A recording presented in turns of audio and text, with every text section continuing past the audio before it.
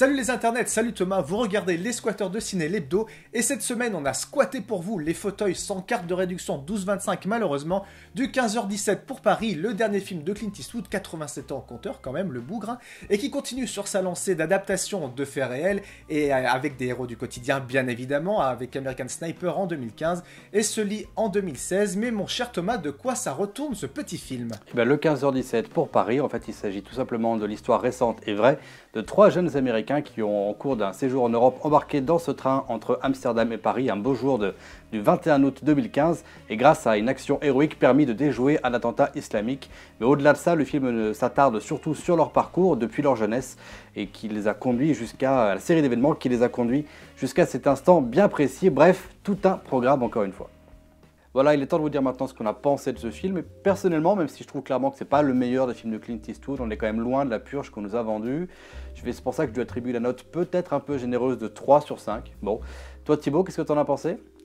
Bah écoute, moi je vais être un petit peu plus sévère que toi, hein. Je vais lui coller la note de 2 sur 5, parce qu'en fait la question que j'ai envie de poser, c'est tout simplement, est-ce que ce film-là, il est utile ? Et la réponse que j'ai envie de donner, du coup, par la même occasion, c'est pas franchement, parce qu'on apprend pas plus de choses que ce qu'on savait déjà, en fait, de ce qu'on avait su dans les papiers ou aux infos. Et je trouve que ce film, il est assez stérile, en fait, sur le fond et même sur la forme. Je trouvais déjà qu'au niveau de la mise en scène, c'était très très bas. Je trouve que le film déjà il est assez court, il fait 1h34, mais les 3 quarts du film pour moi c'est uniquement du remplissage total, parce qu'on se fait vraiment chier sur 1h34, faut le faire pour se faire chier. Et c'est juste que l'histoire qu'on nous raconte elle est pas très intéressante. Alors il a pris le parti pris de raconter un peu l'adolescence et la jeunesse de ces trois mecs pour essayer, pour que le spectateur rentre un peu en empathie avec ces personnages là. Sauf que je suis désolé, mais en fait tout ce qu'on voit à l'écran c'est des trucs pas très intéressants et on s'en fout un peu. On voit des gamins qui sont dans un lycée catho, la seule chose qu'ils font, qui sont pas très bien, c'est que voilà ils rentrent pas à l'heure en cours. Puis en plus, surtout le gamin Spencer, donc qui va être un peu celui des trois protagonistes qui va être le plus mis en avant dans le film, c'est qu'en fait, il représente un peu tout ce que les Européens on n'aime pas chez les Américains, c'est-à-dire c'est le petit gros qui s'habille en camouflage et qui est fan d'armes à feu et qui prie le soir sur son lit. Donc c'est vraiment tout ce côté de l'Amérique qu'on supporte pas, vraiment très pro-armes et très vraiment puritaine, ces choses comme ça. Donc là, ils le mettent très très en exergue la Clint Eastwood, et ça c'est un truc moi qui m'a pas forcément plu à la base. Et puis je trouve que c'est un peu chiant de regarder des gamins voilà dans leur univers un peu scolaire comme ça. Je trouve que voilà c'est des trucs qu'on a déjà vu des milliers de fois. Et puis au niveau de la mise en scène, moi ce qui m'a pas plu c'est sans cesse ces allers-retours dans le présent et dans le passé. Donc la scène commence dans le train et du coup on rattaque direct après sur un flashback sur la jeunesse des gamins, et puis de temps en temps on a ces flash forward qui reviennent de nouveau, on est de nouveau dans le train, mais ça dure des fois je sais pas 30 secondes, donc ça te sort de la situation pour te remettre dans le train pendant 30 secondes pour revenir ensuite en arrière sur la jeunesse des gamins. Donc j'ai pas trouvé ça très très efficace en termes de mise en scène. Oui, et aussi, ce que je voulais dire, c'est qu'on a encore une énième fois ce putain de tic de réal qui est le training montage sur de la musique comme font les Américains. Donc on voit le mec vraiment s'entraîner pour devenir un Marines et qui n'y arrive pas forcément. Alors c'est peut-être la chose que j'ai trouvé la plus intéressante dans le film, c'est que ce mec-là qui est vraiment ultra motivé pour rentrer dans l'armée avec ses potes, leur dit mais non t'y arriveras jamais, t'es trop gros, t'es machin. Donc on le voit son entraînement sur 1 an, où le mec en veut énormément pour y arriver, et il arrive finalement à se présenter chez les Marines, mais finalement il y a un truc qui fait qu'il va pas pouvoir s'engager dans la section dans laquelle il voulait.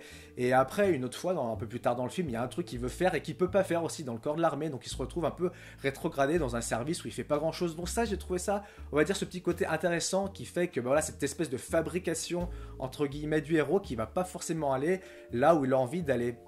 Donc ça j'ai trouvé ça intéressant, mais ça reste quand même très peu par rapport à tout le reste du film. Le seul moment qui est intéressant après c'est le dernier quart d'heure, donc tout ce qui se passe dans le train, qui est à peu près mis en scène correctement, où on a un suspense qui est plutôt assez bien dosé. Mais après tout le reste, je suis désolé, mais c'est vraiment, enfin, j'ai pas très très bas de gamme en termes de mise en scène. Je sais pas, Eastwood, ils nous avaient pas habitués à ça. Par exemple, quand ils font leur road trip en Europe, putain, je suis désolé de dire ça comme ça, mais c'est vraiment filmé avec le cul, quoi. Enfin, je veux dire, les mecs, on a une caméra qui est un peu tremblante, caméra à l'épaule, on a un éclairage qui est dégueulasse. Quand ils sont à Rome, quand ils sont à Venise, on a l'impression que c'est des images volées. On sait même pas si les mecs avaient l'autorisation d'ailleurs de tourner. Alors je sais très bien qu'Eastwood, c'est un mec qui tourne assez rapidement, mais là, on a vraiment l'impression que ce film a été bâclé et fait à la va-vite. Et je regarde un petit peu mes notes aussi, je trouve, et puis voilà, la séquence de fin, je trouve, la séquence de fin à l'Elysée, qui alterne entre plans reconstitués, donc qui ont été faits pour le film, et ces images d'archives.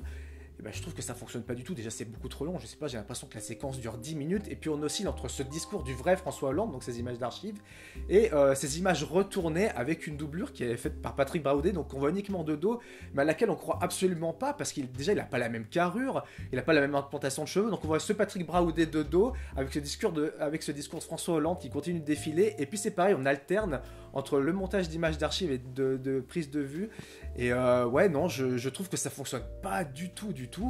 Et malheureusement, tout le film est un peu à cette image-là. Tout sonne un peu trop artificiellement à mon goût. Et voilà, cette espèce de présentation des personnages sur lesquels voilà, on est un peu censé en train de te montrer cette espèce de naissance du héros ordinaire. J'ai trouvé que c'était un peu too much et que voilà, un peu trop manichéen à mon goût. Et ça manquait vraiment de finesse. Et je suis vraiment déçu de la part d'un Clint Eastwood, quoi. Bah, écoute, je te rejoins, moi, Thibaut, sur pas mal de points. Et là où je suis assez d'accord avec toi, c'est sur le fait que les 10 minutes dans le train, la séquence de 10 minutes, parce que finalement, elle est très très courte par rapport à l'ensemble du film, c'est vraiment la plus intéressante et clairement la mieux maîtrisée en termes de mise en scène. Je serais peut-être un petit peu moins dur que toi sur la platitude de la mise en scène. Moi, je trouvais que c'était plutôt correct. Voilà, je trouve que globalement, il y a une expérience filmique assez intéressante. L'objet filmique en lui-même est plutôt cohérent.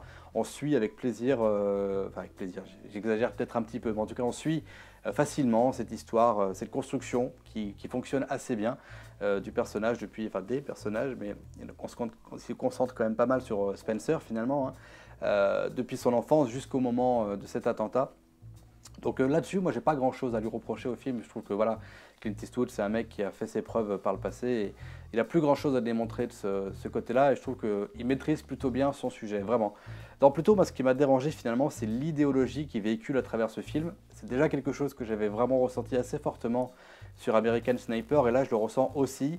C'est vrai qu'on a beaucoup dit que le film était pro-américain, et c'est vrai.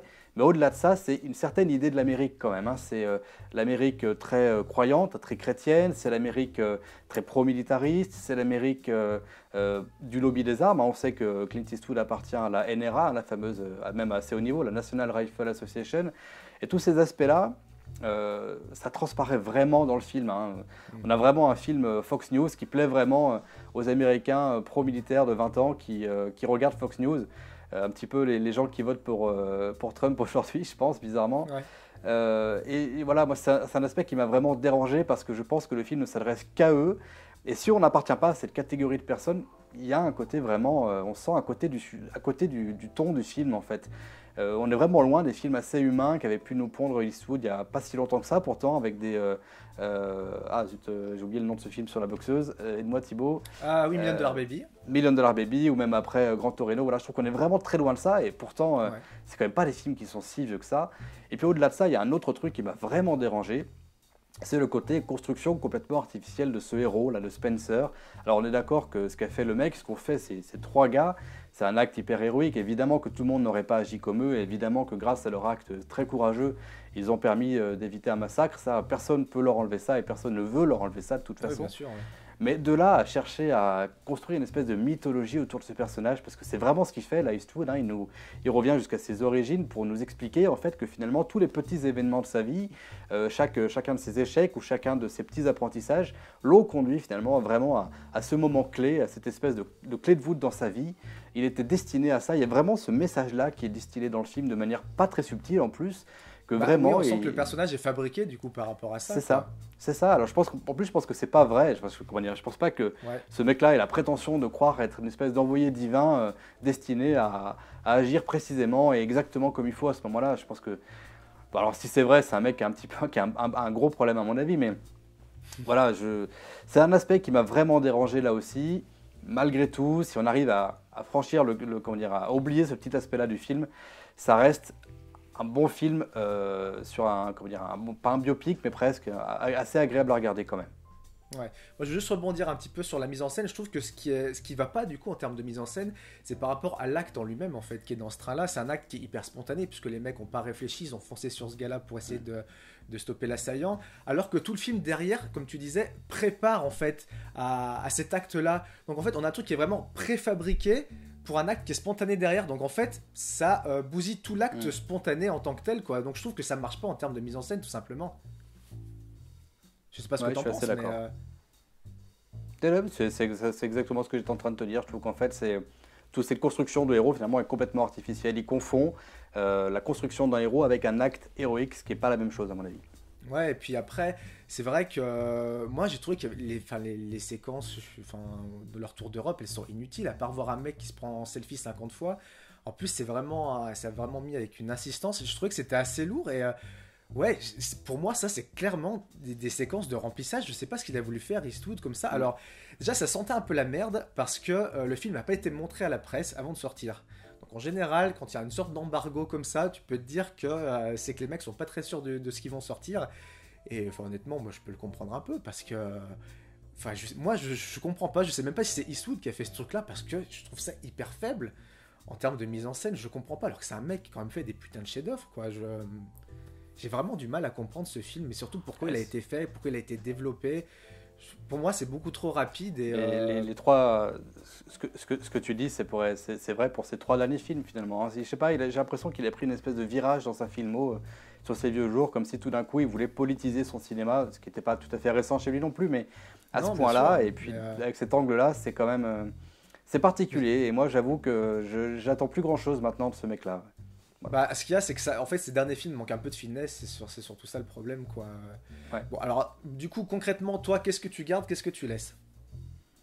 Alors, qu'est-ce que je garde? Écoute, je vais garder la bonne surprise du jeu d'acteurs des 3 vrais protagonistes, parce que finalement, c'est là que j'attendais à ce que le film pêche, et finalement non. Donc ça, c'est plutôt une bonne surprise. Je pense qu'ils ont une bonne direction d'acteurs aussi, ça a dû jouer. Et par contre, qu'est-ce que je laisse? C'est toute l'idéologie un peu très pro-américaine que j'ai décrite qui m'a vraiment gêné. Et toi, de ton côté?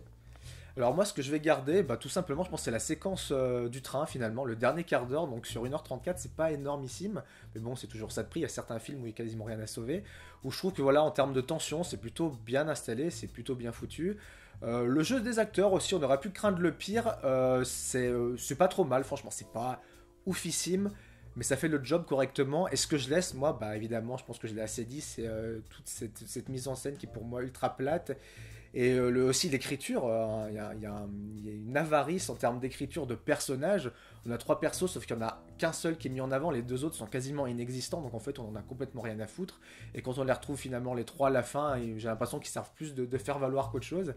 Donc voilà, non, je trouve que c'est un film qui ne sert pas à grand chose malheureusement.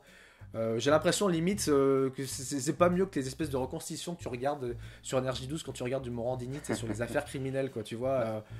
Limite des fois ça fait un peu reconstitution des fois un peu sans moyens quoi. Je suis un peu dur mais bon voilà, écoute. Là où je te rejoins, c'est clairement pas le film que si vous voyez pas ce film, vous aurez pas manqué un grand chose finalement, mais tu peux pas le comparer à un Morandini quand même. Non mais j'exagère un peu, mais bon voilà. En tout cas moi c'est un truc qui m'a vraiment pas emballé plus que ça. Voilà les gens, c'est terminé pour aujourd'hui. Donc c'était notre jalon d'essai, notre première vidéo critique hebdo, le format dont on vous avait parlé en fin d'année dernière et qu'on va essayer d'instaurer de manière un peu plus régulière. Donc écoutez, n'hésitez pas à nous laisser vos petits commentaires pour nous dire ce que vous avez pensé de cette vidéo, de ce que vous avez pensé de ce format. On est toujours friands de vos retours, n'est-ce pas Thibaut? Écoute, oui, moi j'ai pas grand chose de plus à rajouter, hein. N'hésitez pas à nous dire du bien ou du mal, de toute façon nous on prend tout.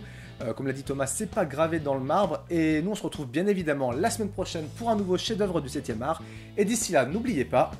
Les films c'est mieux au cinéma. Et sans popcorn, c'est toujours plus sympa. Ciao. Ciao.